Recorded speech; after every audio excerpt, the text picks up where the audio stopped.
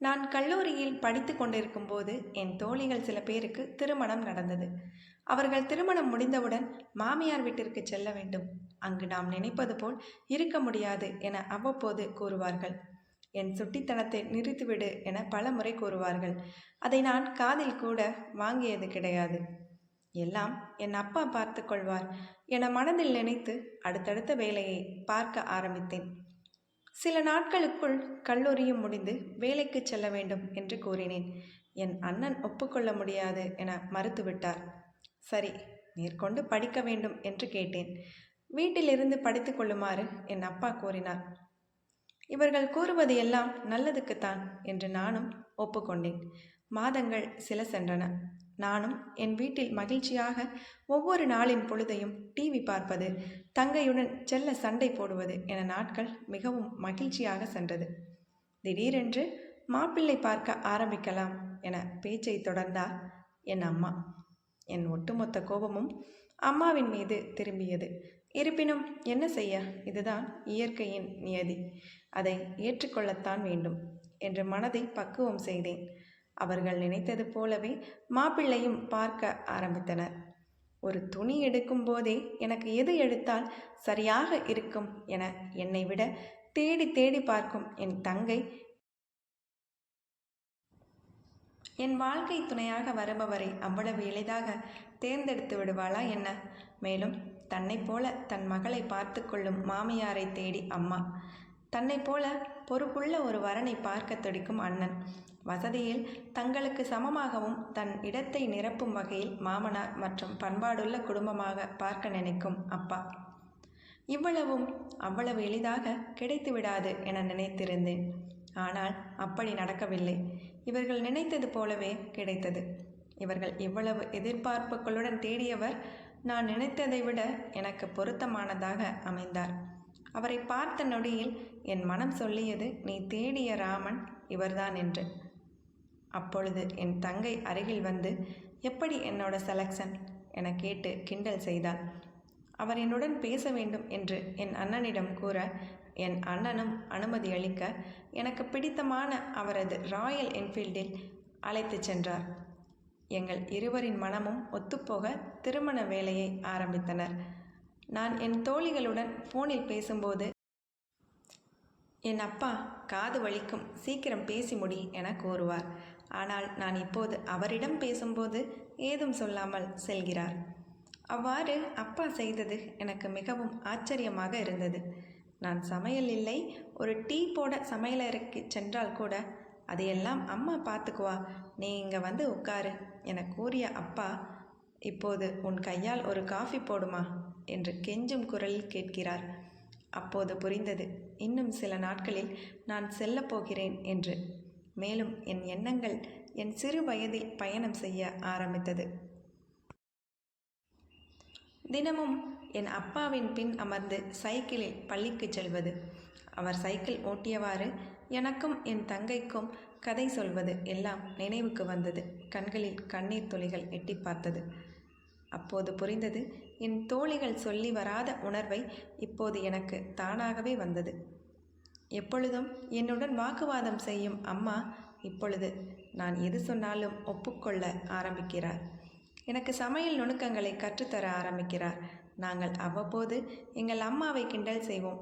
நாங்கள் சொல்வதை கேட்காவிட்டால் உன் அம்மா வீட்டிற்கு என் அப்பா அனுப்பிவிடுவார் என்று கூறுவோம். எங்கள் அப்பாவும் அப்போது எங்கள் பக்கம் நிற்பார். அதற்கு எங்கள் அம்மா அப்பாவிடம், உங்கள் மகளையும் இதே போல் கேள்வி கேட்பவர் வருவார், அதற்கு வெகு நாட்கள் ஆகாது என கூறினார். ஆனால் இவ்வளவு சீக்கிரம் வந்துவிடுவார் என நான் நினைக்கவில்லை. திருமண நாள் நெருங்க ஆரம்பித்தது. என் மாமியார் தன்னை அம்மா என அழைக்குமாறு கூறினார். அவ்வப்போது அவர் தொலைபேசியில் அழைத்து பேசுவார். அவரும் எனக்கு நிறைய அறிவுரைகளை என் அம்மா போலவே கூறுவார். நாங்கள் உரையாடுவதை பார்க்கும் பொழுது என் அம்மாவின் கண்களில் ஒருவித மகிழ்ச்சி தெரியும். அவர் வாய் திறந்து சொல்லாவிட்டாலும் அவரின் முகமே சொல்லும் அவள் மகிழ்ச்சிக்கான காரணத்தை. தன் மகளுக்கு நல்ல குடும்பம் கிடைத்திருப்பதை எண்ணிக்கொண்டு மனமகிழ்ச்சியோடு உள்ளே செல்வார். நாளை விடிந்தால் மண்டபத்திற்கு செல்ல வேண்டும். எனது துணிகள் எல்லாம் எடுத்து ஒரு பேக்கில் என் தங்கை வைத்து கொண்டிருந்தாள். வீடு முழுவதும் உறவினர்கள் என வீடே கலகலவென இருந்தது. அப்பொழுது என் தங்கை விளையாட்டாக, இனிமேல் இந்த அறை முழுவதும் எனக்குத்தான் என கூற என் கண்ணில் நீர் பொங்கி கொண்டு வந்தது. அவள் என்னை சமாதானம் செய்ய முயற்சி செய்தும் முடியாமல் அப்பாவிடம் சென்று கூறினாள். அவர் என்னை பார்க்க ஓடி வந்தார். அப்பொழுது நான் அழுது கொண்டிருந்தேன். அவர் என்னை சிரிக்க வைக்க முயற்சி செய்தார். அப்பொழுது அவர், நீ இப்படி அழும்போது எனக்கு உன் சிறு வயதுதான் ஞாபகம் வருகிறது என்றார். அதற்கு என் தங்கை, அதை கூறுமாறு கேட்க, உன் அக்கா மிட்டாய் வேண்டும் என உன் அம்மாவிடம் அடம் பிடித்து அழுது கொண்டு நான் வரும் வரையில் இங்குதான் படுத்து கொண்டிருப்பாள் என எங்கள் அறையில் ஒரு இடத்தை காட்டினார். நான் வந்து உங்கள் அம்மாவை திட்டிய பிறகுதான் சமாதானமாவாள் என கூற இருவரும் சிரித்து விட்டோம். அன்று இரவு என் அப்பாவின் மடியிலேயே படுத்து இருவரும் தூங்கினோம். ஆனால் அவருக்கு தூக்கம் வரவில்லை. அப்போது எங்கள் அம்மா வந்தார்.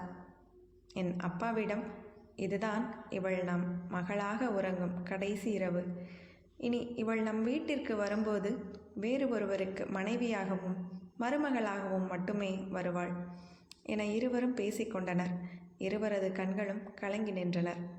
அப்பொழுது என் அம்மா, நாம் இவளை ஒரு பொறுப்பான இடத்தில்தான் சேர்க்கப் போகிறோம். அவர்கள் நம்மை போலவே பார்த்து கொள்வார்கள் என்று கூறினாள். இவ்வாறு அவர்கள் பேசிக்கொண்டே இரவை கழித்தனர்.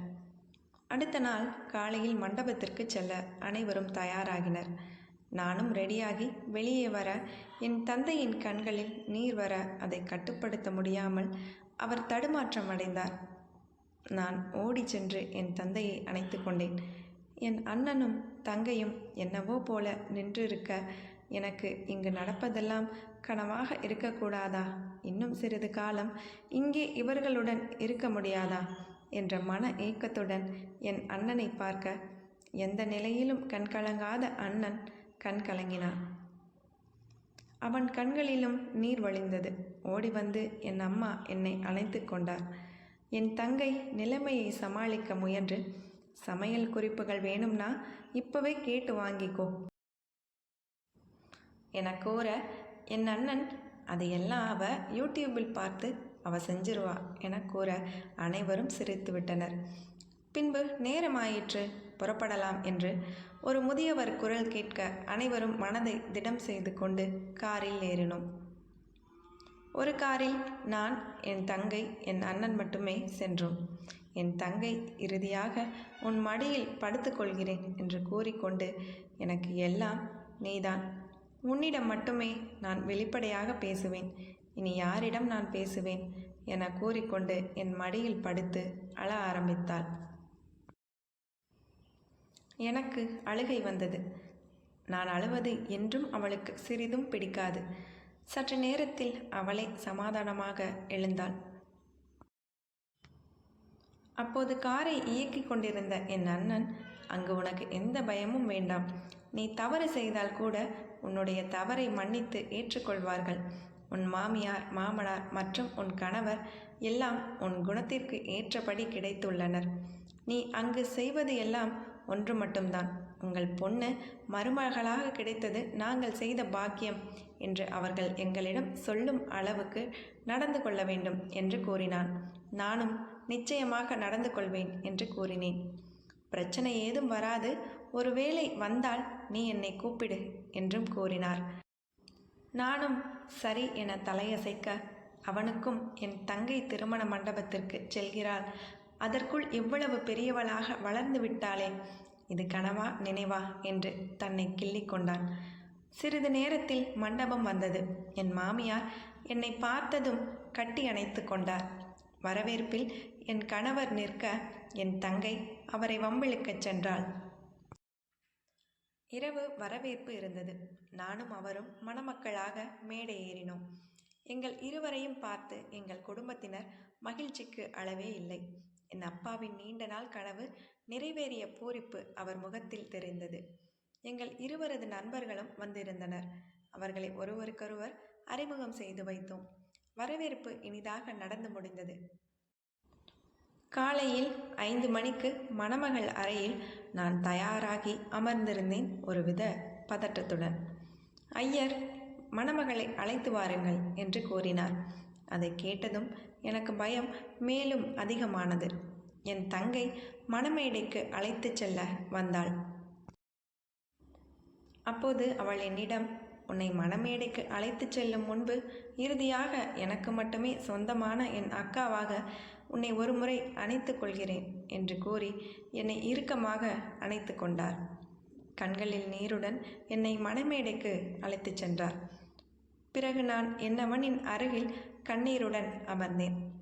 எனக்கு எதிராக என் அண்ணன் கைக்கோர்வைக்காக அமர்ந்திருப்பதை பார்த்து எனக்கு கண்களில் நீர் இன்னும் அதிகமாக தேங்க, அவன் அழக்கூடாது என்று சைகை செய்தவனின் கண்களில் நீர் வந்ததை என் கணவர் பார்த்தார். பின்பு என் அண்ணனிடம், உங்கள் தங்கையை என் உயிரை விட பத்திரமா பார்த்து கொள்கிறேன் என்று கூறினார். என் அண்ணனும் சரி என தலையசைக்க, இதற்கு இடையில் ஐயர் கெட்டி மேளம் என்று கூற, அவர் என் கழுத்தில் மங்கள நூல் அணிவிக்க, அந்த நொடி முதல் நான் என்னவனின் இனியவளானேன். என் கழுத்தில் மாங்கல்யம் ஏறிய பிறகு என் அம்மாவின் கண்களில் நீர் பெருகியது. அடுத்ததாக மணமக்கள் மாலையை மாற்றிக்கொள்ளும் சடங்கு இருந்தது. என் கணவர் என் கழுத்தில் எளிதாக மாலையை போட்டுவிட்டார். ஆனால் அவர் என்னை விட உயரம். நான் மாலையை போட போகும்போது அவர் தலையை குனிந்து என்னிடம் மாலையை வாங்காமல் நிமிர்ந்து நின்று என்னிடம் விளையாட்டு காட்டினார். எப்படி அவர் கழுத்தில் மாலையை போடுவது என்று நான் யோசித்தவாறு நிற்க, என்னை ஒரு கை தூக்கியது. அது வேறு யாருடைய கையும் இல்லை, என் அண்ணனுடையதுதான். நான் இதை எதிர்பார்க்கவில்லை. எனக்கு அப்பொழுது வந்த மகிழ்ச்சிக்கு அளவே இல்லை. நான் என் மனதில், எப்போதும் எனக்கு கஷ்டம் வந்தாலும் உன் கைகள் இதேபோல் என்னை தாங்க வேண்டும் என்று கடவுளிடம் வேண்டிக் கொண்டு எளிதாக என் கணவனின் கழுத்தில் புன்னகையுடன் மாலையை போட்டேன்.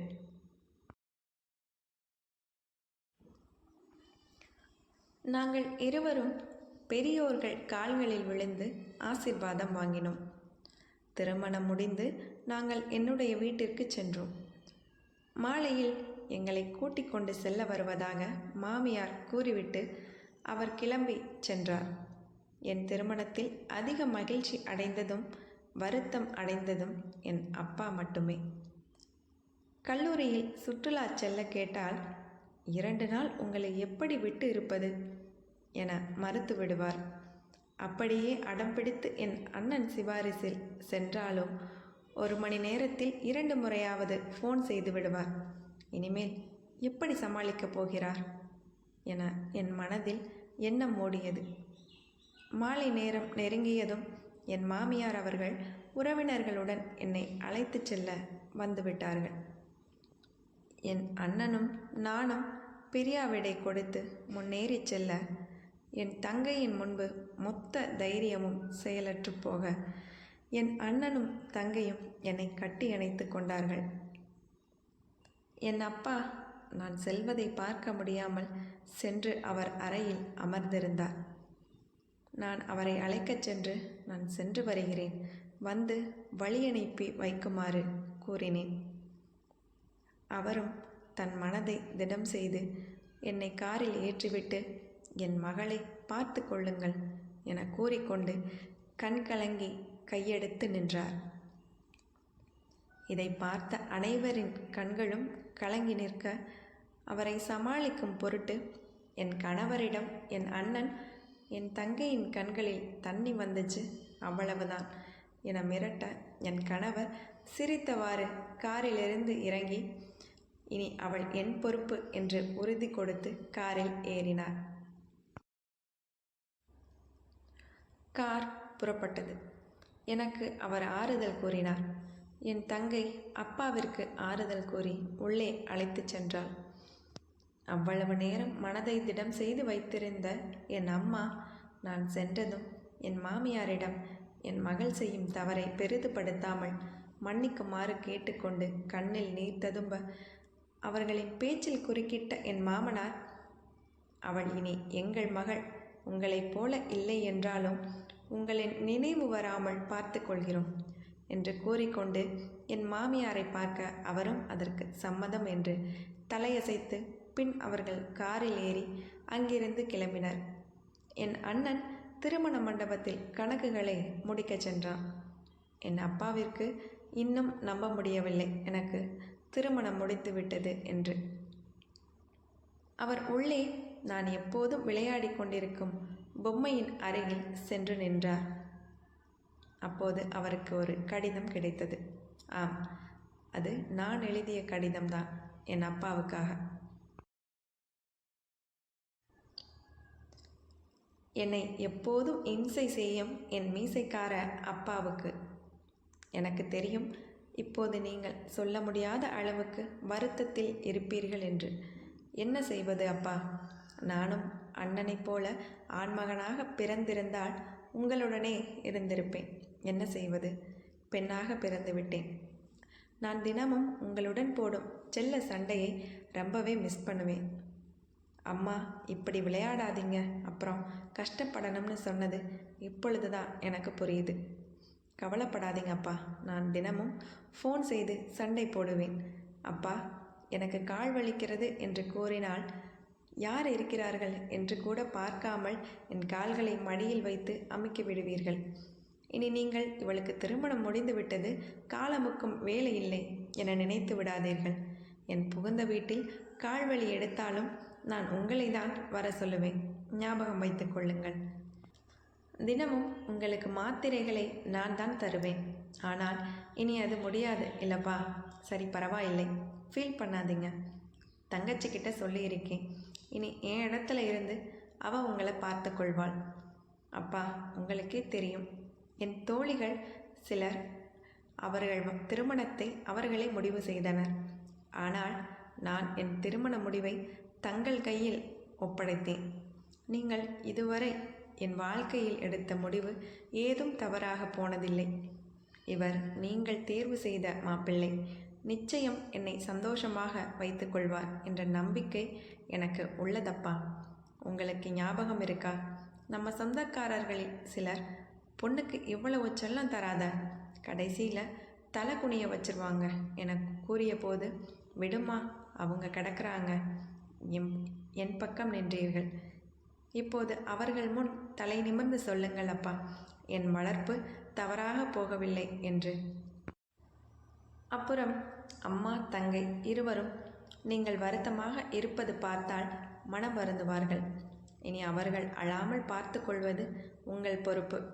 பின் நீங்களும் இனி கவலை இல்லாமல் சென்று நாம் எப்பொழுதும் பார்க்கும் டாம் அண்ட் ஜெர்ரி கார்ட்டூன் பாருங்கள். உங்கள் அன்பு மகள் சென்று வருகிறேன் அப்பா. இப்படிக்கு உங்கள் செல்ல பொண்ணு என கூறி முடித்தேன். இதை படித்த பின் என் தந்தையின் முகம் பளிச்சென்று மாறியது. டிவியை பார்க்க சென்றார். அவனின் கரம் பற்றி என் மாமியாரின் வீட்டில் பல கனவுகளுடன் என் வலது காலை பதித்தேன்.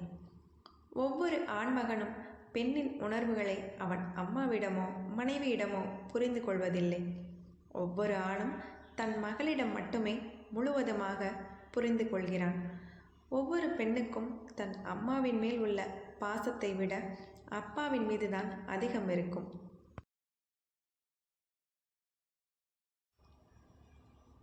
ஒவ்வொரு அப்பாவும் தன் மகள் கேட்டவற்றை இல்லை என்று கூறாமல் அதை எப்படியாவது நிறைவேற்ற வேண்டும் என்றுதான் ஆசைப்படுவார்கள். மனைவியின் பேச்சை கேட்காத கணவன் இருக்கலாம், ஆனால் மகளின் பேச்சை கேட்காத அப்பா இருக்கவே முடியாது. தன் மகளுக்கு திருமணம் என்றால் அதிகம் மகிழ்வதும் வருந்துவதும் அப்பாதான். திருமணம் முடிந்து தன் மகள் செல்லும்போது எப்படி ஒரு ராஜாவின் உயிர் 7 கடல்கள் தாண்டி 7 மலைகள் தாண்டி உள்ள ஏதோ ஒரு குகையில் உள்ள கிளியில் இருக்குமோ, அதே போல் ஒவ்வொரு அப்பாவின் உயிரும் தன் மகளுக்குள் தான் இருக்கும். அப்படி தன் நெஞ்சோடு ஒட்டிய மகளை பிரித்து ஒருவர் கையில் கொடுக்கும்படி செய்துவிட்டாயே கடவுளே என்று கடவுளை மனதில் திட்டிக் கொள்வார். ஒவ்வொரு பெண்ணும் தன் கணவனுக்கு ராணியாக இல்லாமல் இருக்கலாம், ஆனால் நிச்சயம் தன் தந்தைக்கு அவள் என்றுமே இளவரசிதான்.